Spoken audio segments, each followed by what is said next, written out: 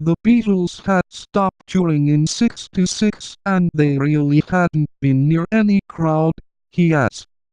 They kind of loved it again and that's what led us into what became the film, Let It Be, because they kind of liked playing again and thought they could do it once more.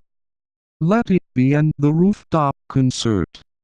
The final group of clips were all shot for inclusion in what became to be known as the film Let It Be.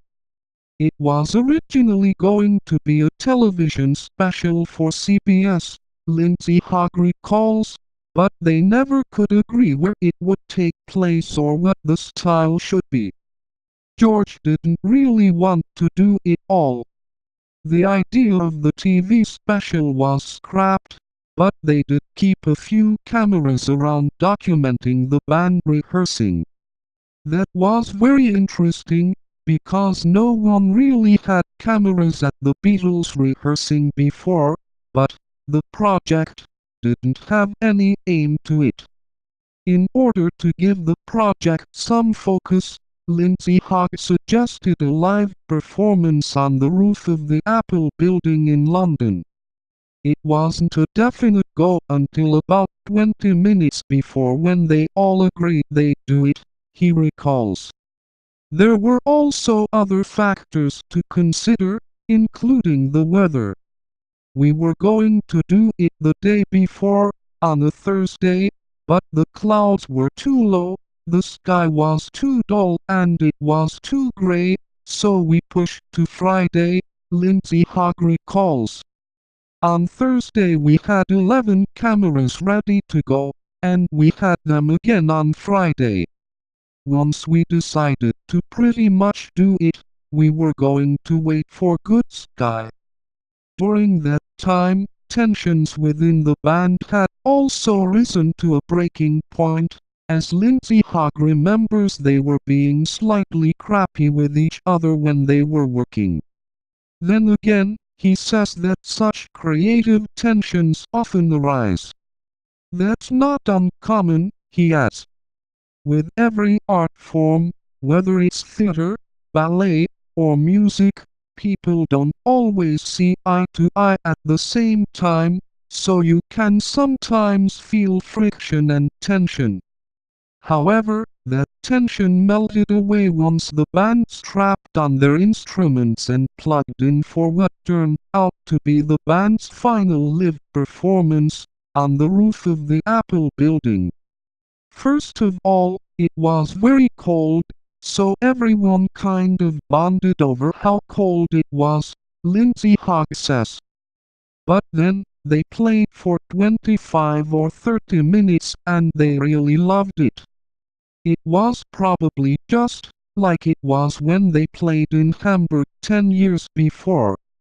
They just really connected with each other, and also the idea of the audience down below, so the roof was a very happy occasion.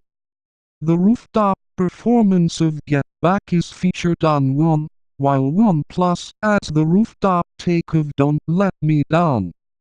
The film Let It Be, which includes the rooftop live performances and studio sessions of the title track, and The Long and Winding Road, was originally released theatrically in 1970, but up to this point, has not been officially released on DVD. I think what happened over the years, when they broke up, it represented to them, one or two of them anyway, that it was a time when they probably weren't getting along, and you can smell the breakup happening in the air, Lindsay Hogg says. They had to deal with, over time, what Let It Be meant to them. While the film has its dark points, Lindsay Hogg also says it's a fascinating document about them rehearsing, about the interaction between them and also what they look like close up, when they were 28 or 27 or 26, and then of course with history we know what happened. A couple of them, George died way too young, John was murdered, so it has a kind of poignancy now as well. as being an extraordinary document of how they were, and how they acted together. As for an official DVD and Blu-ray release of Let It Be, Lindsay Hogg says the final word will come from Apple Corps in London, but he adds, I can envision that sometime in the next year or so, they might re-release it. We've all seen it fairly recently. It looks great. The images have been buffed up, the sound has been given the same attention as the sound on Beatles 1. Until then, Beatlemaniacs will make do with the clips from the film, including the studio takes of the title track, and the long and winding road, and the rest of the material on Beatles 1. The whole package is amazing, Lindsay Hogg says. I think they've done a fabulous job at polishing up the images, and making the sound as good as possible. I'm not trying to hustle the package, but it really is a good one.